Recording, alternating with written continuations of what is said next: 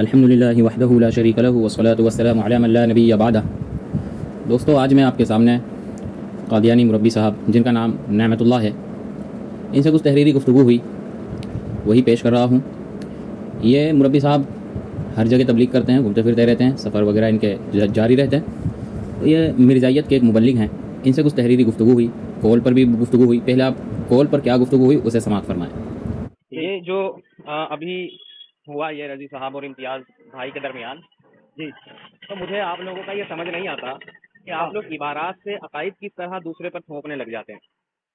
وہ بات الگ ہے، یہ بھی سنا ہے، وہ جی جی، سب کا سننے کا انداز الگ ہے۔ نہیں، میں یہ نہیں کہہ رہا، میں اس تعلق سے کوئی بحث بھی نہیں کر رہا ہوں آپ سے۔ میں ایک چیز کو سمجھنا چاہ رہا ہوں۔ یہ تو ابھی کرنٹ میں یعنی مناظرہ ہوا ہے، اس لیے میں اس کا ریفرنس دیا، ورنہ عام طور پہ بھی اگر یوٹیوب کی دنیا میں بھی ہم دیکھیں گے تو جس طرح مولانا قاسم نانوتوی اور مولانا احمد رضا خان اور مولانا حسین بٹالوی صاحب کی کچھ عبارات ہیں، اس کو دلیل بنا کر لوگوں کو یہ یعنی باور کرانا شروع کر دیتے ہیں بھائی یہ ان کا عقیدہ ہے، جبکہ عبارات سے تو عقائد قائم نہیں کیے جاتے نا۔ چونکہ اب جیسے دیکھیں مولانا قاسم نانوتوی پر جو مولانا احمد رضا خان صاحب نے کفر کا فتویٰ لگایا ہے، تو وہ اسی بنیاد پر لگایا چونکہ مولانا احمد رضا خان صاحب کو یہ لگا کہ بھائی یہ اجرائے نبوت کے قائل ہیں۔ تو یہ اس بات کی کھلی دلیل ہے کہ بھائی مولانا احمد رضا خان صاحب اجرائے نبوت کو کفر سمجھتے ہیں، اور آپ انہی کی عبارت اٹھا کے کہتے ہیں کہ ان کا عقیدہ اجرائے نبوت کا۔ وہ تو الہامی کتاب ہے نا، خاص کتاب ہے نا آپ لوگوں کی۔ کون سی؟ وہ تہذیب الناس کا جو حوالہ پیش کرتے ہیں، جی، وہ تو خاص کتاب کا حوالہ ہے نا۔ اگر اس عقیدے سے اگر وہ منکر ہوتے اس کا ذکر کر دیتے اپنی حیات کی۔ تو جی، مولانا قاسم نانوتوی نے اپنی بہت سی تحریر کے اندر اجرائے نبوت کے جو قائل ہیں ان کو کافر قرار دیا، اور اسی تہذیب الناس کے اندر مولانا نے اپنا عقیدہ بالکل وضاحت کے ساتھ لکھا بھی ہے ایک مقام پر، اور انہوں نے کہا ہے کہ اللہ کے نبی کے بعد اگر کوئی شخص اس کا قائل ہے کہ آپ کے بعد کوئی نبی بن سکتا ہے تو ہم اس کو ایسے ہی کافر سمجھتے ہیں جس طرح فرض نماز کے منکر کو ہم کافر سمجھتے ہیں۔ تو پھر اس کا جی، تو میں اصل یہ میں کہنا چاہ رہا تھا کہ یہ جو معاملے ہوتے ہیں نا صاحب، مجھے لگتا ہے یار یہ زور زبردستی والی باتیں ہوتی ہے، ٹائم ویسٹ والی بات ہوتی ہے، کیونکہ اگر کوئی عبارت سے 1400 سال میں جی اولیاء افضال جو باتیں احمد الناس کو آپ کی آواز کٹنے لگی ہے۔ یعنی آپ کہتے ہیں کہ 1400 سال سے جو اللہ تعالیٰ نے مجددین اولیاء اصفیاء ابدال پر جو ظاہر فرمائی ہے ان کو چھوڑ دینا چاہیے، اسی چیز پہ بات کرنی چاہیے جس چیز سے آپ چاہتے ہیں۔ میں سمجھا نہیں، آپ ایک اور بار ریپیٹ کریں گے؟ مطلب آپ چاہتے ہیں کہ جیسے احمد رضا صاحب بریلوی ہیں یا پھر قاسم صاحب نانوتوی صاحب ہیں، انہوں نے جو باتیں بتائی ہیں امکان نبوت کے تعلق سے یا ختم نبوت کے تعلق سے، وہ باتیں چھوڑ دینی چاہیے، چھوڑنی نہیں چاہیے۔ جی، نہیں ہونی چاہیے جی جن پر آپ چاہتے ہیں۔ نہیں، ایسا نہیں ہے۔ میری بات آپ شاید سمجھ نہیں پا رہے یا میں سمجھا نہیں پا رہا ہوں۔ چلے آپ تحریری بھیج دیں، نماز کا وقت ہو گیا ہے، ٹھیک ہے؟ تو انشاءاللہ۔ تو آپ نے دیکھا اس میں مربی جی نے یہ کہا ہے کہ اگر آپ کچھ گفتگو کرنا چاہتے ہیں تو ایک تحریر لکھ کر مجھے دے دیجیے، میں اسے اپنے مرکز تک پہنچاؤں گا، وہاں سے کوئی نمائندہ طے کر لیا جائے گا اور اس کے ساتھ آپ گفتگو کر سکتے ہیں، اور آپ کس فرقے سے ہیں، کس کی نمائندگی کریں گے وہ آپ لکھ کر دے دیجیے۔ چونکہ اس سے پہلے بھی یہ انہوں نے سیٹنگ کر رکھا ہے، چیٹ ڈیلیٹ کا ٹائمر لگایا ہوا ہے، تو کچھ چیٹ اس میں بھی ڈیلیٹ ہو گئی ہے۔ تو یہ مربی جی اتنے خوف زدہ ہیں کہ اپنی آواز تک ان گلے سے نہیں نکالتے۔ یہ کہتے ہیں میں تحریری گفتگو کرتا ہوں، اور تحریری گفتگو زیادہ بہتر ہے، بھائی آواز نکالیں گے تو چور پکڑا جائے گا نا، تو اس لیے گلے سے آواز نہیں نکالتے۔ تو انہوں نے صاف طور پہ انکار کر دیا تھا، میں وائس سے گفتگو نہیں کروں گا، تحریری گفتگو کروں گا، اور پھر اس کے بعد کال پر گفتگو جو ہوئی تو انہوں نے کہا کہ لکھ کر بھیج دیجیے۔ اچھا، اس کال کے اندر میں نے ایک جو سوال اخیر میں کیا جہاں سے انہوں نے کال کاٹا ہے، وہی سوال میں ان سے بار بار کرتا رہا، لیکن یہ ان سے کوئی جواب نہیں بنا۔ تو انہوں نے جو تحریر کے لیے مجھ سے کہا تھا تو میں نے انہیں تحریر لکھ کر دیا۔ بسم اللہ الرحمن الرحیم۔ محترم جناب نعمت اللہ صاحب، السلام علیکم من اتبع الہدی، امید ہے آپ خیریت سے ہوں گے۔ گزشتہ کچھ عرصے سے آپ کے ساتھ مختلف دینی اور اعتقادی موضوعات پر گفتگو کا سلسلہ جاری رہا، اس دوران بالمشافہ ملاقات بھی ہوئی اور وائس ایپ کے ذریعے بھی تبادلہ خیال ہوتا رہا۔ میری خواہش تھی کہ علمی گفتگو وائس میسج یا براہ راست مکالمے کے ذریعے جاری رہے تاکہ بات زیادہ واضح، مختصر وقت میں ہو اور بہتر انداز میں آگے بڑھ سکے، کیونکہ تحریری گفتگو میں وقت زیادہ لگتا ہے اور کئی مرتبہ مفہوم کی مکمل وضاحت بھی مشکل ہو جاتی ہے۔ تاہم آپ نے کھل کر وائس گفتگو سے معذرت کرتے ہوئے یہ مشورہ دیا کہ اگر باقاعدہ سنجیدہ اور اکیڈمک انداز میں گفتگو مقصود ہو تو اس کے لیے ایک تحریری درخواست لکھی جائے تاکہ آپ اسے جماعت تک، یعنی یہ مربی جماعت کے متعلقہ علمی و تحقیقی مرکز تک پہنچا سکے اور وہاں سے مناسب نمائندہ یا طریقہ کار متعین کیا جا سکے۔ چنانچہ آپ کے اسی مشورے کے مطابق یہ تحریر ارسال کی جا رہی ہے۔ میرا مقصد کسی قسم کی اشتعال انگیزی بدزبانی یا محض بحث برائے بحث نہیں بلکہ خالصتاً علمی اور تحقیقی انداز میں درج ذیل بنیادی مسائل پر گفتگو ہے۔ میں نے کچھ موضوعات دیے۔ نمبر 1 عقیدہ ختم نبوت اور اس کی شرعی حیثیت۔ نمبر 2 مرزا غلام احمد قادیانی کے مختلف دعوے جات خصوصاً مسیح موعود مہدی نبی اور بعثت ثانی محمدی ہونے کے دعوے کا تحقیقی جائزہ، کیونکہ مرزا صاحب نے خود کو رسول اللہ صلی اللہ علیہ وسلم کی دوسری بعثت قرار دیا ہے۔ نمبر 3 قرآن و حدیث کی روشنی میں قادیانی اجرائے نبوت۔ نمبر 4 مرزا غلام احمد قادیانی صاحب کی پیشگوئیوں، کیونکہ مرزا صاحب نے اپنی صداقت و قذب کا معیار اپنی پیشگوئیوں کو بتایا ہے، لہٰذا ان کی پیشگوئیوں کا تحقیقی اور غیر جانبدارانہ جائزہ ضروری ہے۔ میں یہ چاہتا ہوں کہ گفتگو درج ذیل اصولوں کے تحت ہو، قرآن و سنت کو اصل بنیاد بنایا جائے، حوالہ جات اصل اور مستند کتب سے پیش کیے جائیں، گفتگو مہذب علمی ہو، ذاتی حملوں اور غیر متعلق اعتراضات سے اجتناب کیا جائے، ہر فریق کو اپنے موقف کی مکمل وضاحت کا مکمل حق حاصل ہو، اگر جماعت مناسب سمجھے تو اپنا کوئی نمائندہ مقرر فرمائے تاکہ ایک منظم، سنجیدہ اور علمی مکالمہ انجام پا سکے۔ آپ سے گزارش ہے کہ اس درخواست کو متعلقہ ذمہ داران تک پہنچا دے اور ان کی رائے سے مطلع فرمائیں۔ السلام علیکم من اتبع الہدی۔ یہ میں نے لکھ کر انہیں دیا۔ تو اب دیکھیں انہوں نے کیا حربہ استعمال کیا۔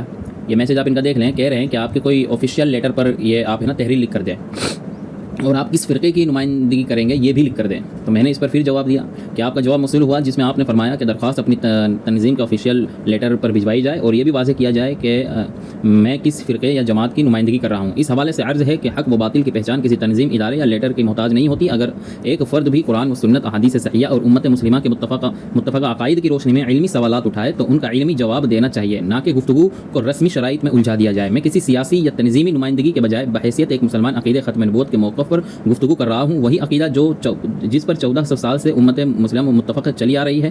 میرا مطالبہ صرف یہ ہے کہ مرزا غلام احمد قادیانی کے دعوے جات خصوصاً نبوت، بعثت ثانی اور اپنی پیشگوئیوں کو معیار صداقت قرار دینے کے دعوے کا قرآن، حدیث اور مرزا صاحب کی اصل کتب کی روشنی میں علمی جائزہ لیا جائے۔ مزید یہ کہ ابتداءً جب وائس یا براہ راست گفتگو کی درخواست کی گئی تو آپ نے خود اس سے گریز کرتے ہوئے تحریر و اکیڈمک طریقے کا مشورہ دیا، اور اب جب تحریری درخواست پیش کر دی گئی ہے تو نئی رسمی شرائط عائد کی جا رہی ہے۔ علمی میدان میں اصل اہمیت دلائل کی ہوتی ہے، نہ کہ لیٹر اور تنظیمی مہروں کی۔ اگر جماعت احمدیہ واقعی اپنے موقف کو حق سمجھتی ہے تو اسے ایک سنجیدہ علمی مکالمے سے گریز نہیں کرنا چاہیے، آپ چاہیں تو میری اس درخواست کو اپنے متعلقہ علمی مرکز تک پہنچا دیں اور وہاں سے جو نمائندہ مقرر کیا جائے میں اس کے ساتھ مہذب اور علمی انداز میں گفتگو کے لیے تیار ہوں۔ میرا مقصد تمسخر یا ہنگامہ نہیں بلکہ حق کی تلاش اور علمی تحقیق ہے۔ تو اس پر پھر قادیانی مربی نے کہا کہ آپ کے لیے مطلوبہ تمام جوابات ہماری کتابوں میں اور سوشل میڈیا کے آفیشیل ویب سائٹ پر موجود ہے، آپ وہاں سے جائزہ لے سکتے ہیں۔ اور پھر لکھا ہے کہ آپ سستی جو ہے شہرت کمانے کے لیے گفتگو کر رہے ہیں، لہٰذا ہر قسم و ناقص کے ساتھ مناظرات مباحثات نہیں کیے جا سکتے ہیں جس کی معاشرتی اور اپنے فرقے میں کوئی حیثیت نہ ہو، وغیرہ وغیرہ۔ تو یہ انہوں نے جواب دیا ہے، لیکن اصل جو مدعے کی بات ہے وہ انہوں نے نہیں کی ہے۔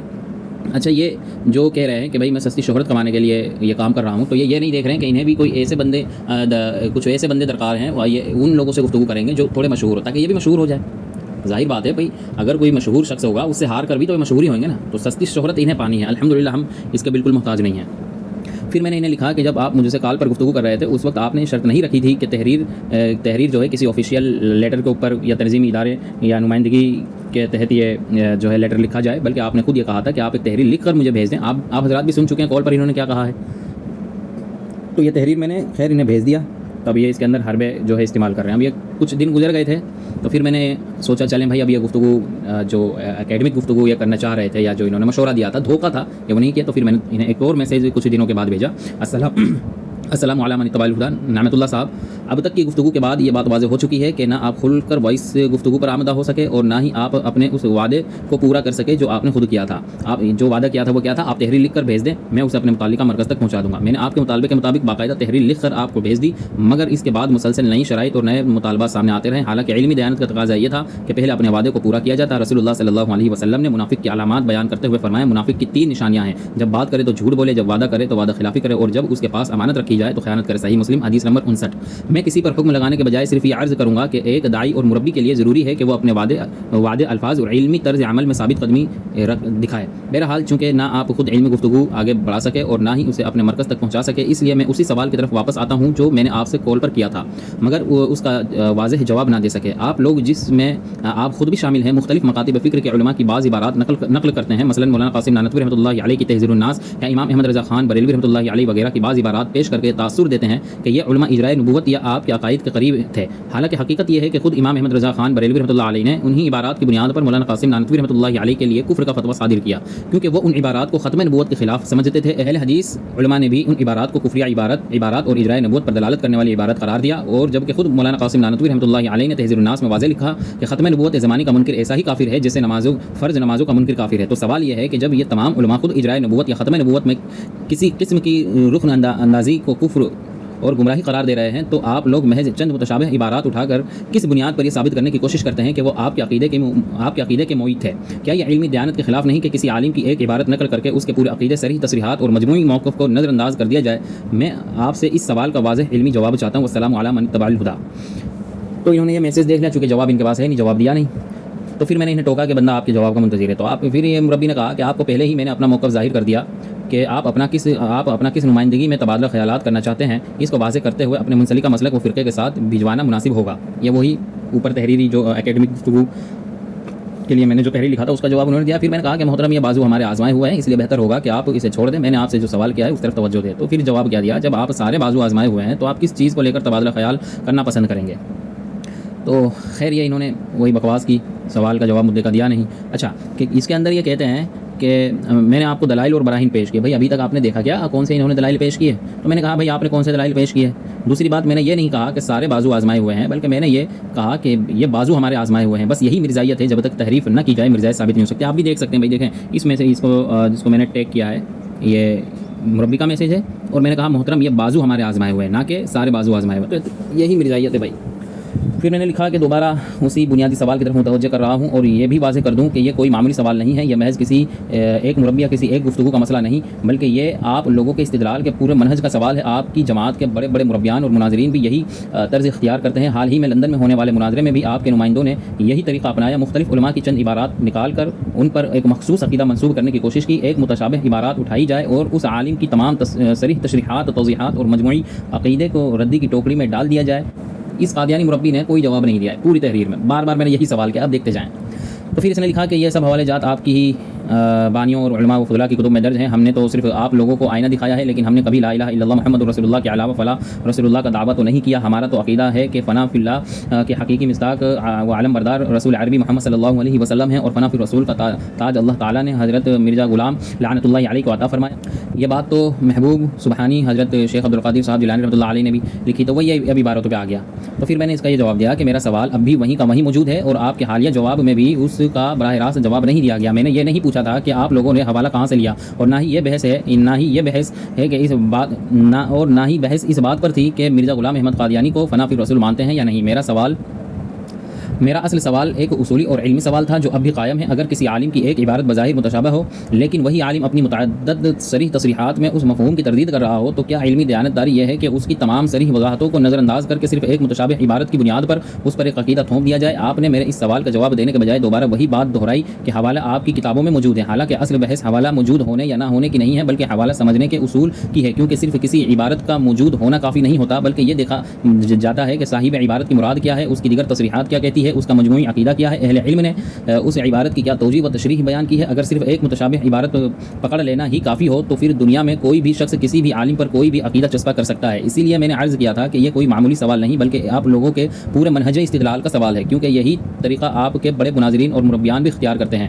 لہٰذا براہ کرم اصل سوال کا براہ راست جواب دیجیے، کیا کسی عالم کی تمام صریح تشریحات اور واضح عقائد کو چھوڑ کر صرف ایک متشابہ عبارت کی بنیاد پر اس پر ایک عقیدہ تھوپ دینا علمی دیانتداری ہے یا نہیں؟ آپ نے حضرت شیخ عبدالقادر جیلانی رحمۃ اللہ علیہ کی بعض عبارات پیش کی، اب یہی تو اصل نقطہ ہے جس کی طرف میں بار بار توجہ دلا رہا ہوں۔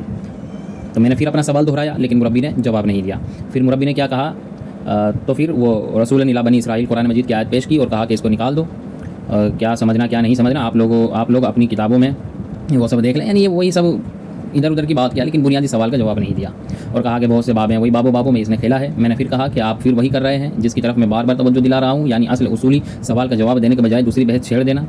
میں نے آپ سے ایک سادہ سوال کیا تھا، کیا کسی شخصیت کی ایک متشابہ عبارت لے کر اس کی تمام صریح تشریحات اور واضح عقیدے کو نظر انداز کر دینا علمی دیانتداری ہے یا نہیں؟ تفصیلی سوال پہلے لکھ چکا ہوں، یعنی وہ تفصیل سے لکھ چکا ہوں، بار بار پھر لکھنا مناسب بھی نہیں ہوتا۔ اس سوال کا جواب دینے کے بجائے آپ فوراً رسول الی بنی اسرائیل اور امتی نبی کی بحث کی طرف چلے گئے۔ اب انہوں نے جو یہ پوچھا کہ پہلے آپ مجھے یہ کلیئر کرو کہ آپ کس کو مانتے ہو کس کو نہیں، تو میں نے پوچھا بھائی اس سے آپ کو کیا غرض ہے؟ تو پھر مربی جی کہہ رہے ہیں کہ جناب میں ایک عبارت نہیں، عبارتیں ہی عبارتیں بھری پڑی ہے، لیکن اہل کشوف کی فنا فی رسول سے عقیدت و محبت سے ہم انکاری نہیں ہیں، جیسے اکابر مجددین ہیں، اولیاء اللہ و ابدال۔ اشرف علی تھانوی کو ہم رسول اللہ کیسے مانیں، وہ تو ان کے مقرب مرید مانتے ہیں۔ اب دیکھیں بھائی یہ کوئی بحث ہے، یہاں تو مولانا اشرف علی تھانوی رحمۃ اللہ علیہ کی کوئی بات ہی نہیں آئی ہے۔ جو اصل سوال ہے اس کا جواب یہ مربی نہیں دے گا، آپ دیکھتے جائیں۔ مجھے اب واقعی یہ محسوس ہونے لگا کہ شاید آپ کو خود بھی عقائد ثابت کرنے کے اصول کا درست ادراک نہیں ہے۔ کیا واقعی آپ کا اصول یہ ہے کہ محض چند مبہم، متشابہ یا محتمل عبارات اٹھا کر عقائد ثابت کیے جائیں؟ کیا عقائد کا اس بات ایسے ہوتا ہے؟ اگر یہی اصول ہے تو پھر ہر فرقہ دوسرے کی چند عبارات نکال کر اس پر کوئی بھی عقیدہ تھوپ سکتا ہے۔ علمی دیانت تو یہ ہے کہ متشابہ کو محکم کی روشنی میں سمجھا جائے، ایک عبارت کو صاحب عبارت کی مجموعی تصریحات کے تابع دیکھا جائے اور واضح و صریح عقیدے کو اصل مانا جائے، مگر آپ لوگ بار بار یہی کرتے ہیں کہ ایک عبارت پکڑتے ہیں، باقی تمام وضاحتیں چھوڑ دیتے ہیں، پھر اس عالم کے منہ پر اپنا بنایا ہوا عقیدہ تھوپ دیتے ہیں۔ تو سیدھا جواب دیجیے، کیا محض مبہم عبارات سے عقائد ثابت کرنا آپ کا اصول ہے؟ تو پھر مربی نے کہا تو پھر آپ مسلک ظاہر کر دیں جس پر گفتگو کی جائے۔ آپ تبادلہ خیال بھی کرنا چاہتے ہیں اور اپنی شخصیت بھی مخفی رکھنا چاہتے ہیں، دو کشتیوں میں سواری نہیں چل سکتی ہے مولانا صاحب۔ بھائی دیکھیں، قادیانی کافر ہیں، کافر کے سامنے اسلام پیش کیا جائے گا، مسلک نہیں پیش کیا جاتا، یہ بات یاد رکھیں۔ حالانکہ میں نے کال پہ انہیں بڑا جامع جواب دیا تھا، میں فرقہ غیر احمدیہ سے ہوں، تو میں نے پھر اپنے میسیج کو ٹیک کیا اور پھر میں نے اپنے مسلک کے تعلق سے پھر یہ کہا بھائی آپ کو میرے مسلک سے کیا غرض ہے؟ پھر کہتا ہے وہی میں نے سوال کی طرف کہا نا کہ بھائی میرے سوال کا جواب دو، تو کہہ رہا ہے کہ کس کس کو مانتے ہو وہ بتائیں۔ میں نے کہا بھائی اہل سنت والجماعت کے تمام اکابرین علماء کو۔ تو پوچھتا ہے اچھا بریلوی؟ پھر یہ دیکھیں چشتی رسول اللہ، وہی گیسا پیٹا حوالہ، یہ چشتی رسول اللہ والا حوالہ بھیج دیا، اور یہ الامداد کا اشرف علی رسول اللہ کا حوالہ بھیج دیا۔ تو کہہ رہا ہے اس کو مانتے ہیں یا نہیں؟ تو میں نے یہ اسے وائس کیا تھا کہ اس نے ٹائمر جو لگایا ہوا ہے، میں نے کہا یہ ٹائمر ہٹا دیں، میں اسے سوشل میڈیا پہ اسے ڈالوں گا۔ تو کہہ رہا ہے، اور سنا نہیں تھا، میں نے کہا بھائی سن لے۔ تو کہا کہ جی عظیم احمد آبادی صاحب، میں نے آپ کی آڈیو سن لی ہے، آپ کا حق ہے، آپ جس کو چاہیں سوشل میڈیا میں عام کریں یا نہ کریں، لیکن مجھے یہ تو بتائیں کہ آپ کو اس کی اجرت تو کہیں سے ملتی تو نہیں؟ پھر اہل سنت کے اکابر کے تعلق سے جو میں نے کہا، تو کہتا ہے کہ اکابرین میں کون کون شامل ہے تاکہ قرآن و حدیث کے علاوہ ان کے تراشوں سے بھی آپ کی شانسائی کروائی جا سکے۔ تو پھر میں نے کہا کہ بھائی میرا سوال کا جواب ابھی تک نہیں آیا۔ آپ لوگ مختلف علماء کی چند متشابہ عبارات جیسے مولانا قاسم نانوتوی رحمۃ اللہ علیہ کی تہذیب الناس وغیرہ نقل کر کے یہ تاثر دیتے ہیں کہ وہ اجرائے نبوت یا آپ کے عقیدے کے قریب تھے، حالانکہ حقیقت یہ ہے کہ خود احمد رضا خان بریلوی نے اہل حدیث علماء اور دیگر اکابر نے انہی عبارات کو ختم نبوت کے خلاف سمجھتے ہوئے سخت رد کیا، بلکہ مولانا قاسم نانوتوی رحمۃ اللہ علیہ نے خود بھی ختم نبوت زمانی کے منکر کو کافر قرار دیا۔ تو سوال یہ ہے کہ جب ان علماء کا مجموعی اور صریح موقف ختم نبوت کے حق میں واضح ہے، تو محض چند مبہم عبارات لے کر انہیں اپنے عقیدے کا معید ثابت کرنا کیسے علمی دیانت کہلا سکتا ہے؟ پھر یہ جو کہا تھا نا انہوں نے کہ آپ کو اجرت ملتی ہے، تو میں نے تھوڑا الرٹ کر دیا مربی جی کو، نعمت اللہ صاحب دائرے میں رہ کر گفتگو کریں تو بہتر ہوگا، ورنہ میں آپ کو بھی ننگا کر دوں گا اور آپ کے مرزا کو بھی ننگا کر دوں گا۔ میں مخالف کی 2 منٹ میں عزت اتار کے ہاتھ میں تھمانے کا عادی ہوں، اور آپ لوگ جانتے ہیں مرزا کے پاس ویسے کپڑے نہیں ہیں، ہلکی پھونک مارو تو مرزا ننگا ہو جاتا ہے۔ تو میں تھوڑا الرٹ کر گیا تھا بھائی تھوڑا دائرے میں رہے، انسان کا بچہ بن کے بات کریں۔ تو پھر جو میں نے سوال کیا تھا، تو کہہ رہے ہیں کہ جس شخصیت نے تہذیب الناس کتاب تحریر کی ہے وہ خود اس عقیدے سے متفق ہیں کہ اگر بالفرض بعد زمانے نبوی کوئی نبی پیدا بھی ہو جائے تو بھی خاتمیت پر اثر نہیں ہوگا، لیکن آپ اس کو قبول کرنے کے بجائے ان کے عقیدے کی تردید کرنے میں زیادہ دلچسپی کیوں لیتے ہیں؟ کیا قرآن کی کسی ایک آیت سے یا ایک حرف سے حضور صلی اللہ علیہ وسلم کو آخری نبی ثابت کریں گے کہ آپ کے بعد یہ سلسلے مکمل طور پر بند ہو گیا؟ اب یہ دیکھیں مربی بحث کو گھما رہا ہے، اب میں قرآن کی آیتیں پیش کرنے لگ جاؤں لیکن اصل سوال کا جواب نہیں دے گا۔ تو میں نے کہا اس پر بھی گفتگو ہو جائے گی، لیکن ابھی تک میرے بنیادی سوال کا براہ راست جواب نہیں آیا ہے۔ اگر آپ پہلے اس سوال کا واضح جواب دے دیں تو آگے کی گفتگو زیادہ منظم اور بہتر انداز میں ہو سکتی ہے، کیونکہ یہی سوال آپ لوگوں کے استدلال کے طریقے کو سامنے لا رہا ہے۔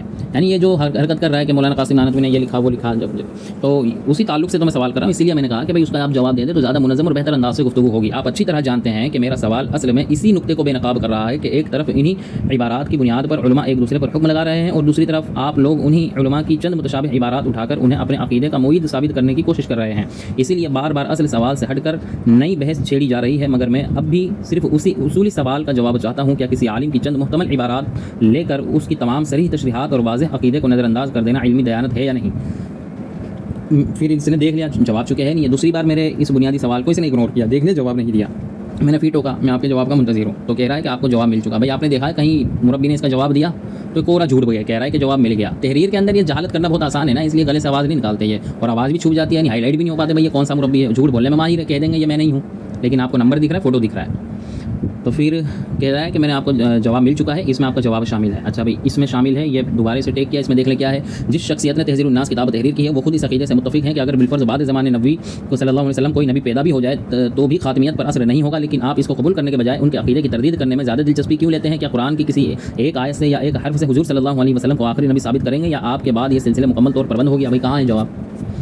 کوئی جواب نہیں دیا، جھوٹ بول رہا ہے کورا۔ تو میں نے کہا بھائی ذرا اس میسیج کو آپ ٹیک کریں، ٹیک کریے، آپ نے کہا مجھے میرے اس سوال کا جواب دیا، تو کہہ رہا ہے بار بار پوچھنے کا کوئی فائدہ نہیں ہے۔ تو پھر میں نے کہا کہ مجھے حیرت ہے، مولانا قاسم نانوتوی رحمۃ اللہ علیہ ختم نبوت زمانی کے منکر کو کافر کہہ رہے ہیں اور آپ ان کی عبارت سے ان کا اجراء نبوت کا عقیدہ ثابت کر رہے ہیں، کیا یہی آپ کا اصول ہے؟ اگر میں نے آپ کو یہ بتا دیا کہ مولانا قاسم نانوتوی رحمۃ اللہ علیہ کا آپ کے عقیدے سے دور کا بھی کوئی تعلق نہیں ہے اور ان کے فتاوی جات کی روشنی میں آپ کافر یا مرتد ٹھہرتے ہیں، تب تو پھر کہتا ہے پھر آپ ان کی اس دلیل کو انہی کی عبارت سے تردید کر کے دکھائیں۔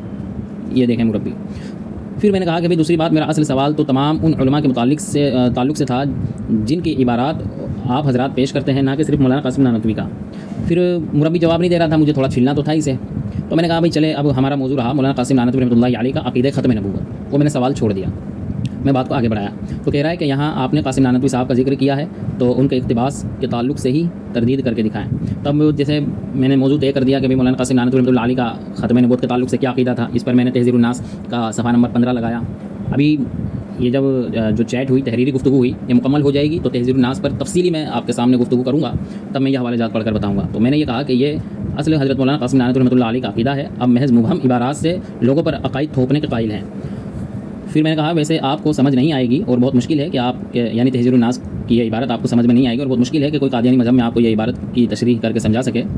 اس کے علاوہ حضرت مولانا قاسم نانوتوی رحمۃ اللہ علیہ نے اپنی کئی کتبوں میں ختم نبوت زمانی پر دلائل پیش کیے ہیں اور اس کے منکر کو کافر کہا ہے۔ پھر یہ میں نے مناظرہ عجیبہ کا بھی حوالہ دیا تھا، یہ دیکھ سکتے ہیں آپ، بعد رسول اللہ صلی اللہ علیہ وسلم کسی اور نبی کے ہونے کا احتمال نہیں، جو اس میں تعمیل کرے اس کو کافر سمجھتا ہوں، یہ مولانا قاسم نانوتوی رحمۃ اللہ علیہ کہہ رہے ہیں۔ پھر میں نے اس پر تھوڑی وضاحت بھی کیا کہ مولانا قاسم نانوتوی رحمۃ اللہ علیہ کی کتاب تہذیب الناس کی بعض عبارات پر اس دور کے ایک صاحب علم مولانا عبدالعزیز رحمۃ اللہ علیہ نے چند اشکالات اور اعتراضات پیش کیے تھے۔ یہ اعتراضات خطوط کی صورت میں حضرت نانوتوی رحمۃ اللہ علیہ کے سامنے رکھے گئے، جن کے جوابات میں حضرت نے تفصیلی وضاحت فرمائی۔ یہی خط و کتابت بعد میں مناظرہ عجیبہ کی صورت میں مرتب ہوئی۔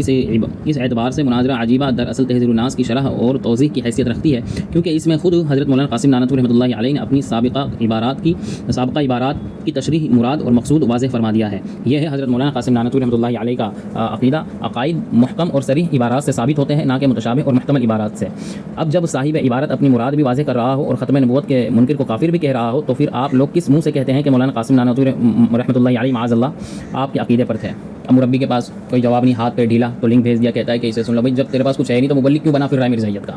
تو کہتا ہے سن لو، اس میں جواب مل جائے گا۔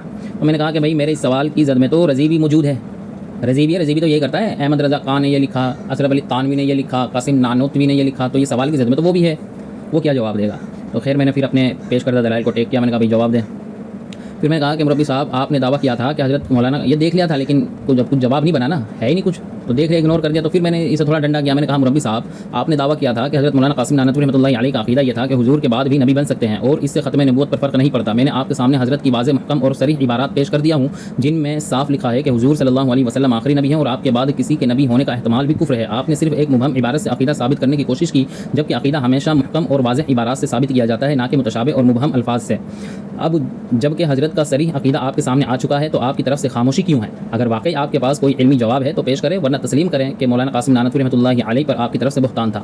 میں نے مولانا قاسم نانوتوی رحمۃ اللہ علیہ کا عقیدہ ختم نبوت، تہذیب الناس اور مناظرہ عجیبہ کی حکم محکم صریح اور فیصلہ کن عبارات سے ثابت کیا کہ مولانا رحمۃ اللہ علیہ کا عقیدہ یہی تھا کہ حضور صلی اللہ علیہ وسلم کے بعد کسی بھی قسم کی نبوت ملنے کی کوئی گنجائش نہیں، اور جو اس کا قائل ہو میں اسے کافر سمجھتا ہوں۔ میں نے مرزائیت کی طرف سے مولانا قاسم نانوتوی رحمۃ اللہ علیہ پر لگائے گئے بہتان کو بھی علم نشرہ کر کے واضح کر دیا۔ اب ان تمام محکم صریح اور فیصلہ کن تصریحات کے بعد میں آخری بار آپ سے وہی اصولی سوال پوچھ رہا ہوں، کیا کسی عالم کی واضح قطعی اور محکم عبارات کو چھوڑ کر چند مبہم اور محتمل عبارات کی بنیاد پر اس پر اجرائے نبوت کا عقیدہ تھوپ دینا علمی دیانت کہلاتا ہے؟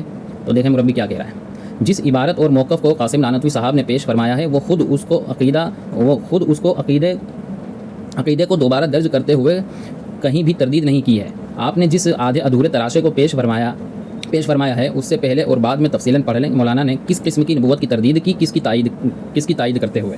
دیکھ رہے ہیں، یعنی یہ کہہ رہا ہے کہ میں نے جو تہذیب الناس کی عبارت پیش کیا، مناظرہ عجیبہ کی عبارت پیش کیا، اس کی کوئی تردید مولانا نے نہیں کی ہے، اتنا پلے درجے کا جاہل ہے۔ تو میں نے پھر اسے حوالے چھوڑ دیا۔ میں نے کہا نعمت اللہ قادیانی مربی جی، آپ کا یہ جملہ کہ مولانا قاسم نانوتوی رحمۃ اللہ علیہ نے اس عبارت کی تردید نہیں کی، بس یہی ایک جملہ آپ کی علمی قبر پر کتبہ بنانے کے لیے کافی ہے۔ اب مجھے یقین ہو گیا کہ آپ کو آج تک محکم، متشابہ، صریح اور مبہم، قطعی اور محتمل عبارت کے فرق کی الف با بھی نہیں آتی۔ عقائد کے اصول و ضوابط تو دور کی بات ہے، آپ کو عبارت پڑھنے کا سلیقہ تک نہیں۔ میں بار بار آپ سے ایک سیدھا اصولی سوال مختلف انداز سے کرتا رہا، جب کسی عالم کی محکم صریح فیصلہ کن عبارات موجود ہوں تو کیا چند محتمل جملوں سے اس پر کوئی عقیدہ تھوپا جا سکتا ہے؟ مگر آپ کا حال اس طوطے سا ہے جسے چند فقرے رٹا دیے جائے اور وہ وہی دہراتا پھرے۔ ان فقروں کے علاوہ اگر اسے کوئی اور بات کرو تو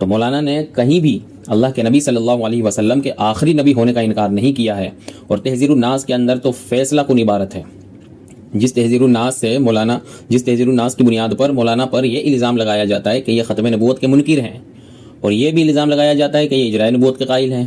تو یہ دونوں کا رد اب جو عبارت پیش کی جا رہی ہے اس کے اندر موجود ہے، یہ آپ کے سامنے ہے، تحذیر الناس صفحہ نمبر 15۔ مولانا فرماتے ہیں سو اگر اطلاق اور عموم ہے تب تو ثبوت خاتمیت زمانی ظاہر ہے، ورنہ تسلیم اللزوم خاتمیت زمانی بدلالت التزامی ضرور ثابت ہے۔ ادھر تصریحات نبوی مثل انت منی بمنزلت ہارون من موسیٰ الا انہ لا نبی بعدی او کما قال علیہ الصلوۃ والسلام، جو بظاہر بطرز مذکور اسی لفظ خاتم النبیین سے ماخوذ ہے، اس باب میں کافی ہے کیونکہ یہ مضمون درج تواتر کو پہنچ گیا، پھر اس پر اجماع بھی منعقد ہو گیا، گو الفاظ مذکور بسند متواتر منقول نہ ہو۔ یعنی یہ جو حدیث ہے لا نبی آبادی، اس تعلق سے فرماتے ہیں کہ اگرچہ اسے حدیث میں لفظی تواتر حاصل نہیں ہے، چونکہ متواتر جو حدیث ہوتی ہے اس سے عقائد قائم کیے جاتے ہیں، وہ عقائد کے باب میں جو ہے دلیل بنائی جاتی ہے متواتر حدیث، تو فرماتے ہیں کہ اگرچہ یہ حدیث الفاظ مذکور بسند متواتر منقول نہ ہو، سو یہ عدم تواتر الفاظ باوجود تواتر معنوی یہاں ایسا ہی ہوگا۔ یعنی حدیث میں اس کو اسے لفظی تواتر اگرچہ حاصل نہیں ہے، لیکن ایسے بہت سے حدیث میں الفاظ ہیں جو اس حدیث کے معنی کو مکمل طور پہ ادا کر دیتے ہیں، تو اس سے معنوی تواتر حاصل ہے، اور معنوی تواتر جس حدیث کو حاصل ہو وہ بھی متواتر حدیث ہوتی ہے، اور عقائد کے باب میں وہ بھی دلیل کے طور پہ چلتی ہے۔ تو فرماتے ہیں یہ عدم تواتر الفاظ باوجود تواتر معنوی یہاں ایسا ہی ہوگا جیسا تواتر اعداد رکعات فرائض و وتر وغیرہ، باوجود یہ کہ الفاظ احادیث مشعر تعداد رکعات متواتر نہیں، جیسا اس کا منکر کافر ہے ایسا ہی اس کا منکر بھی کافر ہوگا۔ یہ دیکھ لیں، یہ خاتمیت زمانی پر بحث چل رہی ہے، اور مولانا فرماتے ہیں کہ یہ خاتمیت زمانی کا منکر کافر ہوگا۔ اس سے جو مولانا پر یہ الزام لگایا جاتا ہے کہ آپ نے خاتمیت زمانی کا انکار کیا، آخری نبی ہونے کا انکار کیا، اس فتوے میں اس کا بھی رد ہے، اور جو یہ کہتے ہیں کہ آپ اجراء نبوت کے قائل ہیں اس کا بھی رد ہے۔ آگے لکھتے ہیں اب دیکھیے کہ اس صورت میں عطف بین الجملتین اور استدراک اور استثناء مذکور بھی بغیر درج چسپا نظر آتا ہے، اور خاتمیت بھی بوجہ احسن ثابت ہوتی ہے، اور خاتمیت زمانی بھی ہاتھ سے نہیں جاتی۔ تو مولانا قاسم نانوتوی تو خاتمیت زمانی کو ہاتھ سے جانے نہیں دینا چاہتے ہیں، لیکن یہ کچھ لوگ زور زبردستی کہتے ہیں کہ ان کا عقیدہ یہی ہے کہ اللہ کے نبی کو آخری نبی نہیں مانتے ہیں۔ تو اس حوالے میں مولانا قاسم نانوتوی رحمۃ اللہ علیہ نے 3 دلیلیں پیش کی ہے، اور 3 دلیلیں پیش کرنے کے بعد اللہ کے نبی صلی اللہ علیہ وسلم کو آخری نبی مانا۔ پہلی دلیل یہ پیش کی، مولانا فرماتے ہیں کہ قرآن مجید میں خاتم النبیین کا لفظ آیا ہے۔ دوسری حدیث یہ پیش کی کہ اللہ کے نبی صلی اللہ علیہ وسلم کی متواتر حدیث لا نبی بعدی۔ تیسری دلیل یہ پیش کی کہ ختم نبوت یعنی خاتمیت زمانی پر اجماع ہے۔ یہ 3 دلیلیں پیش کر کے یہ فتویٰ دیا ہے کہ جو اس کا انکار کرے، یعنی اللہ کے نبی صلی اللہ علیہ وسلم کے آخری نبی ہونے کا انکار کرتا ہے، میں اسے بالکل اسی طرح کافر سمجھتا ہوں جس طرح فرض نماز کی رکعت کا منکر کافر ہوگا۔ اب میں قادیانیوں سے یہی کہوں گا کہ اگر عقائد کے باب میں مولانا قاسم نانوتوی رحمۃ اللہ علیہ کی تحذیر الناس کی عبارت وزن رکھتی ہے، اور آپ تحذیر الناس کی عبارت سے اجراء نبوت ثابت کرتے ہیں تو آپ کریں، لیکن اگر وہ بالفرض والی عبارت سے، لیکن اگر آپ کے دل کے کسی کونے میں انصاف ہے، آپ کا ضمیر زندہ ہے، ویسے تو قادیانی انسان اسی وقت بنتا ہے جب اس کا ضمیر مر جاتا ہے، اس میں شرم و غیرت ختم ہو جاتی ہے، لیکن کسی درجے میں بھی اگر کسی قادیانی میں زندہ ہے تو وہ اجراء نبوت تحذیر الناس سے ثابت کرے۔ لیکن اسی تحذیر الناس میں مولانا قاسم نانوتوی رحمۃ اللہ علیہ نے خاتمیت زمانی کے منکر کو کافر قرار دیا ہے، تو آپ اسے کافر بھی قرار دیں۔ اگر یہ دونوں باتیں ایک ساتھ ایک جگہ جمع ہو سکتی ہے تو ضرور کرنی چاہیے، اور اگر جمع نہیں ہو سکتی اور ہرگز نہیں ہو سکتی ہے تو اس کا مطلب بالکل سادہ سا یہ ہے کہ آپ نے تحذیر الناس کو سمجھا ہی نہیں ہے۔ اور دوسری بات یہ ہے کہ یہ جو لوگ، ایک گروہ علماء دیوبند پر یہ الزام لگا رہا ہے کہ یہ ختم نبوت کے منکر ہیں، دوسرا گروہ یہ کہہ رہا ہے کہ یہ اجراء نبوت کے قائل ہیں۔ ان دونوں سے میں یہ کہنا چاہوں گا کہ کیا مکتب دیوبند کے آج ہزاروں لاکھوں علماء و مفتیان موجود نہیں ہیں؟ کیا آج ان کے دارالفتہ موجود نہیں ہیں؟ کیا کسی ایک مفتی یا کسی ایک عالم نے یہ فتویٰ دیا کہ حضور صلی اللہ علیہ وسلم کے بعد بھی نبوت جاری ہے؟ کیا علماء دیوبند ختم نبوت کے منکر کو کافر قرار نہیں دیتے ہیں؟ کیا عالمی مجلس تحفظ ختم نبوت نامی تنظیم علماء دیوبند کی نہیں چل رہی ہے؟ کیا وہ لوگ اس مسلک سے منسلک نہیں ہیں؟ کیا علماء دیوبند کا رد قادیانیت پر کوئی لٹریچر موجود نہیں ہے؟ یہ ساری چیزیں موجود ہے، اور یہ ساری چیزیں موجود ہونے کے باوجود یہ کتنی بڑی جہالت ہے اور یہ کتنی بڑی ناانصافی ہے کہ مولانا قاسم نانوتوی رحمۃ اللہ علیہ پر یہ الزام لگایا جائے کہ یہ ختم نبوت کے منکر ہے، یا یہ الزام لگایا جائے کہ یہ اجراء نبوت کے قائل ہے، علماء دیوبند پر یہ الزام لگایا جائے کہ یہ ختم نبوت کے منکر ہے۔ کتنی بڑی جہالت ہے، یہ محض بہتان ہے، محض بہتان ہے اور کچھ نہیں ہے۔ اب آتے ہیں اصل عبارت پر جو بالفرض والی عبارت ہے، یہ آپ کے سامنے ہے۔ اسی عبارت کو بنیاد بنا کر ایک گروہ یہ کہتا ہے کہ یہ ختم نبوت کے منکر ہے، دوسرا گروہ یہ کہتا ہے کہ یہ اجراء نبوت کے قائل ہیں۔ اس عبارت کو سمجھنے سے پہلے یہ بات سمجھ لینا چاہیے کہ تحذیر الناس دراصل لکھی کیوں گئی۔ تو تحذیر الناس جو ہے یہ ایک سوال کے جواب میں لکھی گئی تھی، اور یہ دونوں میں سے کبھی آپ کو سوال کی طرف لے کر نہیں آئیں گے، چونکہ سوال سامنے ہوتا ہے تو جواب سمجھنا آسان ہوتا ہے۔ تو ایک سوال کے جواب میں لکھی گئی تھی، اور سوال یہ تھا سائل کا کہ حضرت ابن عباس رضی اللہ تعالیٰ عنہ کا ایک قول ہے، ایک روایت ہے جس میں 7 زمینوں کا ذکر ملتا ہے، اور ان زمینوں پر انبیاء علیہ الصلوۃ والسلام کے آنے کا بھی ذکر ملتا ہے۔ اس زمین کی طرح آدم علیہ الصلوۃ والسلام کا ذکر ملتا ہے کہ اس زمین میں بھی آدم ہے، اس زمین کی طرح اس زمین میں بھی نوح ہے، ان زمینوں میں بھی نوح علیہ السلام ہے، ابراہیم ہے، موسیٰ ہے، محمد ہے۔ تو سائل نے یہ روایت درج کر کے اس کی خاتم النبیین والی جو آیت ہے اس کے ساتھ تطبیق دریافت کی تھی کہ کیا یہ ممکن ہے کہ یہ دونوں چیزوں پر عقیدہ رکھا جائے، چونکہ اللہ کے نبی صلی اللہ علیہ وسلم خاتم النبیین ہیں، آخری نبی ہیں۔ اب اگر فرض کر لیں کہ وہاں پر سلسلہ نبوت اللہ کے نبی صلی اللہ علیہ وسلم کے بعد بھی جاری رہا تو پھر آپ خاتم النبیین تو نہ ہوئے۔ تو یہ سوال کے جواب میں تحذیر الناس لکھی گئی ہے۔ اب اس سوال کا جواب 3 طریقے سے دیا جا سکتا تھا، یا تو یہ کہہ دیا جاتا کہ بھائی ابن عباس رضی اللہ تعالیٰ عنہ کا جو قول ہے وہ قرآن مجید سے ٹکراتا ہے، لہٰذا اسے غلط سمجھا جائے۔ دوسرا جواب یہ بن سکتا تھا، یہ کہہ دیا جاتا کہ بھائی ابن عباس رضی اللہ تعالیٰ عنہ کا جو قول ہے وہ درست ہے، لیکن اللہ کے نبی صلی اللہ علیہ وسلم کی جو خاتمیت ہے وہ اس زمین تک محدود ہے۔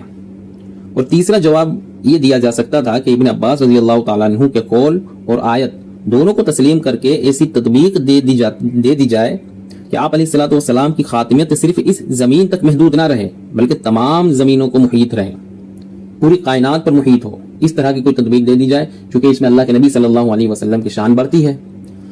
تو اکثر لوگوں نے 2 طریقے اپنائے، بعض نے کہہ دیا بھائی قول صحیح نہیں، بعض نے کہہ دیا اللہ کے نبی صلی اللہ علیہ وسلم کی خاتمیت اس زمین تک محدود ہے۔ لیکن مولانا قاسم نانوتوی رحمۃ اللہ علیہ نے تیسرا طریقہ اپنایا، انہوں نے دونوں کو تسلیم کیا، اور تسلیم کر کے یہ ثابت کیا کہ بھئی جو خاتم النبیین والی آیت ہے اس سے صرف یہ معنی جو سمجھا جاتا ہے کہ اللہ کے نبی صلی اللہ علیہ وسلم آخری نبی ہیں، یہ غلط ہے۔ آخری نبی ہونے کے ساتھ اس کے اندر ایک اور معنی ہے، یعنی آپ خاتمیت زمانی کے لحاظ سے بھی خاتم ہیں، یعنی اس آیت میں خاتمیت زمانی کا بھی ثبوت ملتا ہے اور خاتمیت مرتبی کا بھی ثبوت ملتا ہے، یعنی آپ نے اس میں کمالات کا ایک معنی نکالا قاسم نانوتوی رحمۃ اللہ علیہ نے۔ اور پھر یہ سمجھایا ہے جب ہم آیت خاتم النبیین سے یہ 2 معنی نکالیں گے تو اس زمین کے لحاظ سے تو آپ علیہ السلام زمانے کے اعتبار سے بھی خاتم ٹھہرتے ہیں اور کمالات کے اعتبار سے بھی خاتم ٹھہرتے ہیں، اور بقیہ 6 زمینوں میں جو ابن عباس رضی اللہ تعالیٰ عنہ کے قول میں جیسا ذکر ملتا ہے کہ وہاں بھی انبیاء علیہ الصلوۃ والسلام آئے ہیں، تو بقیہ 6 زمینوں میں جو انبیاء علیہ السلام آئے ہیں اگر وہ آپ علیہ السلام سے پہلے آئے ہوں تو اللہ کے نبی ان کے لیے زمانے کے اعتبار سے بھی خاتم ہیں، مرتبے کے اعتبار سے بھی خاتم ہیں، اور اگر آپ علیہ الصلوۃ والسلام کے ساتھ وہاں پر انبیاء علیہ الصلوۃ والسلام آئے ہوں تو اس لحاظ سے بھی آپ زمانے کے اعتبار سے خاتم ہیں، مرتبے کے اعتبار سے بھی خاتم ہیں۔ لیکن اگر وہ وہاں پر سلسلہ نبوت آپ علیہ السلام کے بعد بھی جاری ہے تو مولانا قاسم نانوتوی فرماتے ہیں تو اس صورت میں بھی آپ علیہ الصلوۃ والسلام ان کے لیے خاتم النبیین ٹھہریں گے، لیکن زمانے کے اعتبار سے نہیں، کمالات کے اعتبار سے ٹھہریں گے۔ یہ تحذیر الناس کا خلاصہ ہے۔ اور اسی جو جہاں پر بھی مولانا قاسم نانوتوی رحمۃ اللہ علیہ نے خاتمیت مرتبی یعنی اللہ کے نبی صلی اللہ علیہ وسلم کی جہاں کمالات نبوت ثابت کی ہے وہاں پر آپ نے آپ علیہ السلام کے بعد نبیوں کو فرض کیا ہے۔ بالفرض والی جو عبارت ہے وہ اس معنی میں فرض کی گئی ہے، خاتمیت زمانی کے اعتبار سے مولانا نے کہیں بھی کسی نبی کو فرض نہیں کیا ہے۔ اور پھر یہ خاتمیت مرتبی کو ثابت کرنے کے لیے بھی ذات نبی اور بالعرض نبی کی بحث کی ہے، منطقی بحث کی ہے، تو وہ تو ابھی ہمارا موضوع نہیں ہے، حالانکہ بعض لوگ اس پر بھی اعتراض کرتے ہیں۔ اب دیکھیں اصل عبارت جو دونوں گروہ پیش کرتے ہیں، ایک خوش ہوتا ہے ایک ناراض ہوتا ہے، تو وہ جو عبارت ہے مولانا کی یہ صفحہ نمبر 43 ہے۔ مولانا فرماتے ہیں ہاں اگر خاتمیت بمانے، دیکھیں ہاں اگر، اس کا مطلب یہ ہے کہ اب اپنی بات کو دوسری طرف موڑ رہے ہیں، ابھی تک کچھ اور بحث چل رہی تھی اب بحث کا رخ موڑ رہے ہیں. کہتے ہیں ہاں اگر خاتمیت بمعنی اوصاف ذاتی بوصف نبوت لیجئے جیسا کہ اس ہیچ مدان نے عرض کیا تو پھر سوائے رسول اللہ صلی اللہ علیہ وسلم اور کسی کو افراد مقصود بالخلق میں سے مماثل نبوی صلی اللہ علیہ وسلم نہیں کہہ سکتے، بلکہ اس صورت میں فقط انبیاء کی افراد خارجی ہی پر آپ کی فضیلت ثابت نہ ہوگی، افراد مقدرہ پر بھی آپ کی فضیلت ثابت ہو جائے گی. اب یہ عبارت شروع ہوئی. بلکہ اگر بالفرض بعد زمان نبوی صلی اللہ علیہ وسلم کوئی نبی پیدا ہو تو پھر بھی خاتمیت محمدی میں کچھ فرق نہ آئے گا، چہ جائے کہ آپ کے معاصر کسی اور زمین میں. آ گئی بات. تو یہ مولانا قاسم نانوتوی رحمۃ اللہ علیہ جو نبی کو فرض کر رہے ہیں وہ ابن عباس رضی اللہ تعالیٰ عنہ کے قول کی بنیاد پر کر رہے ہیں کہ اس زمین میں یا کسی اور زمین میں، چونکہ وہاں کا علم نہیں ہے، وہاں پر اگر کوئی نبی آ جائے تو خاتمیت پر کوئی فرق نہیں پڑے گا، آپ کی خاتمیت پر کوئی فرق نہیں پڑے گا. اور عبارت کہاں سے شروع ہوئی؟ ہاں اگر خاتمیت بامان اوصاف ذاتی بوصف نبوت لیجئے. یہاں پر بذات نبی ہونے کی بحث چل رہی ہے، یعنی خاتمیت مرتبی کی بحث چل رہی ہے، خاتمیت زمانے کی بحث نہیں چل رہی ہے. ایسے ہی بالفرض والی عبارت مولانا نے ایک اور مقام پر بھی لکھی، صفحہ نمبر 21 پر، یہ آپ کے سامنے موجود ہے. مولانا فرماتے ہیں باندیش تطویل قدر ضرورت پر اکتفا کر کے عرض پرداز ہوں کہ اطلاق خاتم اس بات کو مقتضی ہے کہ خاتم کہ تمام انبیاء کا سلسلہ نبوت آپ پر ختم ہوتا ہے، جیسے انبیاء گزشتہ کا وصف نبوت میں حسب تقریر مستور. یہ تقریر مستور خاتمیت زمانی کے معنی میں نہیں چل رہی ہے بات، بلکہ خاتمیت مرتبی کے معنی میں چل رہی ہے. تقریر مستور اس لفظ سے آپ کی طرف محتاج ہونا ثابت ہوتا ہے، اور آپ کا اس وصف میں کسی کی طرف محتاج نہ ہونا، اس میں انبیاء گزشتہ ہوں یا کوئی اور. یہ جو لفظ ہے نا یا کوئی اور، یہاں پر بھی قادیانی نشان کر کے رکھتے ہیں اور سمجھتے ہیں کہ انبیاء گزشتہ یا انبیاء سابقہ ہوں. بھئی کیا مشکل تھا، یہی لکھ دیتے. تو یہاں جو یہ ہے کہ یا کوئی اور، تو یہ محتمل عبارت ہے اور اس سے عقیدہ ثابت نہیں ہوتا ہے، کسی پر عقیدہ تھوپا نہیں جاتا. لیکن قادیانی ہے ہی بے شرم، کرے کیا؟ اس مربی سے کتنی مرتبہ سوال کیا، ایک بار اس نے اس کا جواب نہیں دیا کہ بھئی محکم عبارت کے ہوتے ہوئے محتمل مبہم عبارت سے کیا کسی پر کوئی عقیدہ تھوپا جا سکتا ہے؟ اس نے جواب نہیں دیا، دے بھی نہیں سکتا. تو یہ جو ہے یا کوئی اور، اس میں دوسری زمین کے انبیاء بھی شامل ہو سکتے ہیں اور ولی اللہ کتب ابدال بھی ہو سکتے ہیں، کوئی بھی ہو. پھر لکھتے ہیں اور اگر اسی طرح اگر فرض کیجئے کہ آپ کے زمانے میں بھی اس زمین میں یا آسمان میں کوئی نبی ہو تو وہ بھی اس وصف نبوت میں آپ ہی کا محتاج ہوگا. یہ بالفرض کے ساتھ عبارت چل رہی ہے اور خاتمیت زمانی پر نہیں ہے، بلکہ بذات نبی ہونے کے معنی میں بحث چل رہی ہے اور فرض کے صیغے استعمال ہو رہے ہیں اور نبی فرض کیے جا رہے ہیں. پھر آگے لکھتے ہیں کہ غرض اختتام اگر بمعنی تجویز کیا جاوے جو میں نے عرض کیا. مولانا نے کون سا معنی عرض کیا ہے؟ خاتمیت مرتبی والا. تو آپ کا خاتم ہونا انبیاء گزشتہ ہی کی نسبت خاص نہ ہوگا، بلکہ اگر بالفرض آپ کے زمانے میں بھی کہیں اور کوئی نبی، یہ کہیں اور کوئی نبی کی نسبت وہی 6 زمینوں تک ہے جو ابن عباس رضی اللہ تعالیٰ عنہ کے قول کے اندر مل رہی ہے. کہیں اور کوئی نبی ہو، جب بھی آپ کا خاتم ہونا بدستور باقی رہتا ہے تو وہ کس لحاظ سے باقی ہوگا؟ خاتمیت مرتبی کے لحاظ سے آپ ان کے لیے خاتم النبیین ٹھہریں گے. اسی صفحہ نمبر 21 کے حاشیے میں آپ دیکھیں مولانا نے اپنا عقیدہ ایک اور مرتبہ بڑی وضاحت سے رکھا ہے. مولانا فرماتے ہیں یعنی اگر بالفرض آپ کے زمانے میں یا بالفرض آپ کے بعد بھی کوئی نبی فرض کیا جاوے تو بھی خاتمیت محمدیہ صلی اللہ علیہ وسلم میں فرق نہ آئے گا، کیونکہ فخر عالم صلی اللہ علیہ وسلم خاتم فقط اس معنی کر نہیں. تو جو لوگ یہ کہتے ہیں کہ بھئی ختم نبوت کا انکار کیا ہے تو یہ فقط اس معنی کر نہیں انکار ہے یا اقرار ہے؟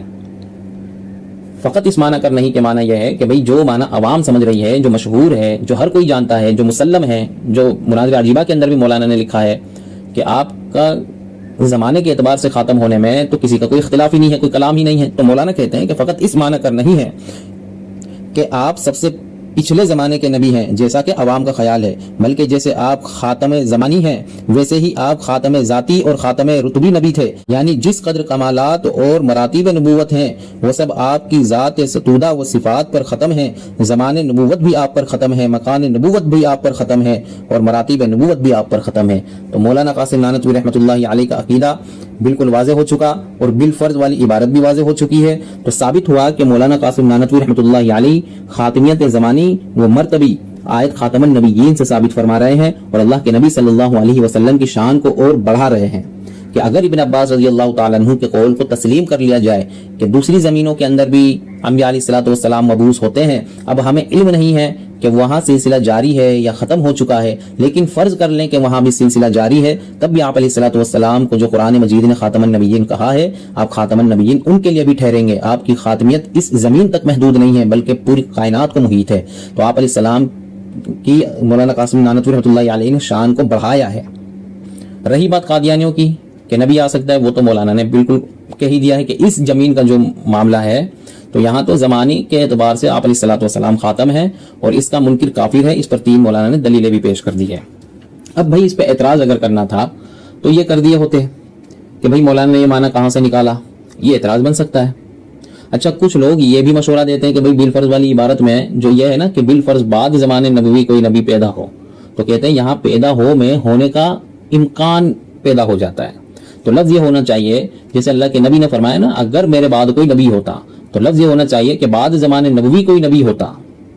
تو یہ مشورہ دیتے ہیں بھائی جس تناظر میں بات چل رہی ہے ابن عباس رضی اللہ تعالیٰ عنہ کے قول کے جواب میں، تو وہاں دوسری زمینوں کا ہمیں علم نہیں ہے، تو وہاں تو فرضی قضیہ ہی استعمال کیا جائے گا اور یہی کہا جائے گا کہ بھائی اگر وہاں کوئی نبی آ جائے، چونکہ علم نہیں ہے، اگر یہ کہا جائے کہ اگر وہاں کوئی نبی ہوتا تو اس کا مطلب یہ ہے آپ نے وہاں انبیاء علیہ السلام کے آنے کا انکار کر دیا، تو انکار کی کوئی دلیل نہیں، تو فرضی ہی قضیہ استعمال کیا جائے گا۔ دوسری بات یہ ہے کہ بھائی اگر آپ کو الفاظ کا چناؤ درست نہیں لگ رہا ہے تو یہ کہیے نا کہ الفاظ کا چناؤ درست نہیں ہے، یہ کیوں کہتے ہو کہ ختم نبوت کا انکار کر دیا یا اجراء نبوت کا اقرار کر لیا۔ اور پھر اسی عبارت کے آگے جو مولانا نے اس زمین کے لیے نبی تجویز کرنے کو فرض کیا ہے، تو یہ ختم نبوت مرتبی میں تقویت پیدا کرنے کے لیے کیا ہے کہ اس زمین میں تو ٹھیک اس زمین میں بھی اگر فرض کیا جائے تب بھی آپ علیہ الصلوۃ والسلام خاتم النبیین ٹھہرتے ہیں مرتبے کے اعتبار سے، لیکن اس زمین میں تو اب کسی کے نبی بننا نہیں، تو آپ اس زمین کے لحاظ سے تو زمانے کے اعتبار سے بھی خاتم ہیں اور مرتبے کے اعتبار سے بھی خاتم ہیں۔ اب یہ جو ایک سوال رہ جاتا ہے بھائی مولانا نے یہ معنی کہاں سے لیا، کیا اپنی طرف سے گڑھ لیا؟ ہرگز نہیں۔ یہ دیکھیں آپ کے سامنے شرح نسیم الریاض ہے علامہ خفاجی رحمۃ اللہ علیہ کی، یہ تقریباً 400 سال پرانے ہیں۔ ابھی مولانا قاسم نانوتوی رحمۃ اللہ علیہ پیدا بھی نہیں ہوئے، مرزا غلام قادیانی پیدا بھی نہیں ہوا، بڑھ کے حضرت بھی پیدا نہیں ہوئے، اس وقت علامہ خفاجی رحمۃ اللہ علیہ نے خاتم النبیین کے معنی کیا بتائے ہیں آپ دیکھیں۔ جلد 2 صفحہ 217 فرماتے ہیں وفی روایت انی عبد اللہ، روایت ہے اللہ کے نبی صلی اللہ علیہ وسلم فرماتے ہیں کہ میں اللہ کا بندہ ہوں، خاتم النبیین، میں خاتم النبیین ہوں۔ اب آگے اس آیت کو سمجھاتے ہیں، اس کے معنی بتاتے ہیں، فرماتے ہیں وہ خاتم بکسر التا وفتحہا، کہ یہ جو خاتم ہے یہ تا کے زبر اور زیر دونوں کے ساتھ پڑھا جا سکتا ہے، اور ہم اچھی طرح جانتے ہیں کہ قرآن مجید کی جو یہ آیت ہے خاتم النبیین، یہ خاتم النبیین بھی پڑھی جاتی ہے اور خاتم النبیین بھی پڑھی جاتی ہے اور دونوں قرات متواتر ہے۔ تو فرماتے ہیں کہ وہ خاتم بکسر التا وفتحہا، کہ زبر یا زیر دونوں کے ساتھ پڑھا جاتا ہے، دونوں میں اس کا معنی کیا ہوگا؟ ایک معنی بتایا آخرہم، ایک معنی تو یہ ہے کہ آپ نبیوں کے آخر ہیں، آخری زمانے میں آنے والے ہیں، اسی کو مولانا قاسم نانوتوی رحمۃ اللہ علیہ نے خاتمیت زمانی کہا ہے۔ اور پھر فرماتے ہیں ومن بہ کمالہم، ومن بہ کمالہم، جو کمالات کا منبع ہو، اسی کو مولانا قاسم نانوتوی رحمۃ اللہ علیہ نے خاتمیت مرتبی بتایا ہے، رتبی بتایا ہے۔ تو یہ معنی مولانا قاسم نانوتوی رحمۃ اللہ علیہ نے اپنی طرف سے نہیں کیا ہے، بلکہ اس پر اور اسلاف کے حوالے موجود ہیں۔ ابھی بات لمبی ہوگی اس لیے میں نے صرف ایک حوالہ پیش کیا ہے۔ اور اللہ کے نبی صلی اللہ علیہ وسلم نے اپنے آپ کو خاتم بھی کہا ہے اور آخری بھی کہا ہے۔ دیکھیں یہ جو قادیانی کہتے ہیں نا کہ آخری کہاں کہا ہے، آخری لفظ کہاں ہے، ذرا دکھاؤ، یہ دیکھیں صحیح مسلم 1394 اللہ کے نبی فرماتے ہیں انی آخر الانبیاء، میں تمام انبیاء علیہ الصلوۃ والسلام کے اخیر میں آنے والا ہوں۔ اچھا یہ فضیلت آپ علیہ السلام کو کب ملی؟ جو خاتم میں آخری معنی موجود ہے، یہ فضیلت آپ علیہ السلام کو کب ملی؟ جب تمام انبیاء علیہ الصلوۃ والسلام کو نبوت مل گئی، وہ دنیا میں آ گئے اور اخیر میں آپ علیہ الصلوۃ والسلام کو اس دھرتی پر مبعوث کیا گیا، تب آپ علیہ الصلوۃ والسلام آخر الانبیاء ٹھہرے۔ اور اللہ کے نبی صلی اللہ علیہ وسلم نے اپنے آپ کو خاتم کہا، یہ صحیح مسلم 523 حدیث ہے، وختم بی النبیون، یہ اللہ کے نبی صلی اللہ علیہ وسلم فرماتے ہیں میرا خاصہ ہے۔ تو یہ جو خاصہ ہے یہ اللہ کے نبی کو کب عطا کیا گیا؟ یہ شرح السنہ للبغوی حدیث 3626 ہے۔ اللہ کے نبی فرماتے ہیں انی عند اللہ لخاتم النبیین وان آدم لمنجدل فی طینتی، فرماتے ہیں میں اس وقت بھی خاتم النبیین تھا جب آدم علیہ السلام اپنی مٹی میں غارے کی حالت میں تھے۔ تو بتائیں اس وقت آپ کس معنی کر خاتم تھے؟ ابھی تو حضرت آدم علیہ السلام ہی نہیں آئے ہیں, ابھی تو آدم علیہ السلام سے لے کر عیسیٰ علیہ السلام تمام انبیاء علیہ السلام کو آنا ہے, تب آپ علیہ السلام خاتم النبیین جو عوام سمجھتی ہے یعنی آخر النبیین تب ٹھہریں گے. تو اس وقت خاتم النبیین کس معنی میں تھے؟ تو اس وقت خاتم النبیین آپ علیہ السلام اسی معنی میں تھے جو مولانا قاسم نانوتوی رحمۃ اللہ علیہ بتا رہے ہیں, خاتمیت مرتبی. تو خاتمیت مرتبی کا اگر معنی لیا جائے گا تو اس لحاظ سے اگر دوسری زمین میں انبیاء علیہ السلام کا سلسلے نبوت جاری بھی ہوگا تو آپ علیہ السلام ان کے لیے خاتم النبیین ہوئیں گے. جیسے آپ علیہ السلام نے اس حدیث میں فرمایا, میں اس وقت بھی خاتم النبیین تھا جب آدم علیہ السلام اپنی مٹی کے غارے کی حالت میں تھے. اب آدم علیہ السلام آئے تو کیا آپ علیہ السلام آدم کے لیے خاتم النبیین نہیں ٹھہرے, لیکن مرتبے کے اعتبار سے ٹھہرے, زمانے کے اعتبار سے نہیں ٹھہرے. زمانے کے اعتبار سے آپ علیہ السلام خاتم اس وقت ٹھہرے جب آپ کو آخری زمانے میں تمام انبیاء علیہ السلام کے بعد مبعوث کیا گیا. تب اللہ کے نبی صلی اللہ علیہ وسلم نے فرمایا انی آخر الانبیاء, میں تمام انبیاء علیہ السلام کے بعد آنے والا ہوں. تو میرے دوستو, میں سمجھتا ہوں کہ آپ حضرات کے سامنے تحذیر الناس کا مسئلہ حل ہو گیا ہوگا, مرزائیت کے دھوکوں سے بھی آپ واقف ہو گئے ہوں گے, مولانا قاسم نانوتوی رحمۃ اللہ علیہ کا عقیدہ بھی آپ کے سامنے آ گیا, اور مولانا قاسم نانوتوی کی وہ عبارت جسے لے کر بعض لوگ ناراض ہوتے ہیں, بعض لوگ خوش ہوتے ہیں, وہ کس تناظر میں کہی گئی ہے, نبی کو کس تناظر میں فرض کیا گیا ہے, وہ ابن عباس رضی اللہ تعالیٰ عنہ کے قول کی بنیاد پر دوسری زمین کے لیے فرض کیا گیا ہے, اور اس زمین کے لیے جو فرض کیا گیا ہے وہ خاتمیت رتبی میں تقویت پیدا کرنے کے لیے فرض کیا گیا ہے. میں یہی کہوں گا کہ عدل اور انصاف کا تقاضا یہ ہے کہ کسی پر الزام لگانے سے پہلے اس کی تمام عبارات و بیانات کو پڑھا اور سمجھا جائے. اگر اس نے کسی اپنی بات کی تشریح اور توضیح خود کر دی ہے تو اسے قبول کیا جائے. یہ ہرگز انصاف نہیں ہے کہ کسی کی عبارت کو سیاق و سباق سے کاٹ کر, یا ایک عبارت کو ایک صفحے سے لے کر دوسری عبارت کو دوسرے صفحے سے لے کر خود ایک عبارت کو ترتیب دے کر اس پر فتویٰ داغ دیا جائے. انصاف تو یہ تھا کہ جب خود مولانا قاسم نانوتوی رحمۃ اللہ علیہ فرما رہے ہیں, آپ کے سامنے پھر اخیر میں حوالہ پیش کر رہا ہوں مناظرہ عجیبہ کا, صفحہ نمبر 144, اپنا دین و ایمان ہے کہ بعد رسول اللہ صلی اللہ علیہ وسلم کسی اور نبی کے ہونے کا احتمال نہیں, جو اس میں تعمیل کرے اسے میں کافر سمجھتا ہوں. اس فتوے کے بعد نہ مولانا قاسم نانوتوی رحمۃ اللہ علیہ پر کسی الزام کی گنجائش نظر آتی ہے, نہ کسی اعتراض کی. اللہ تعالی ہمیں صحیح بات قبول کرنے کی توفیق عطا فرمائے. وآخر دعوانا ان الحمد للہ رب العالمین.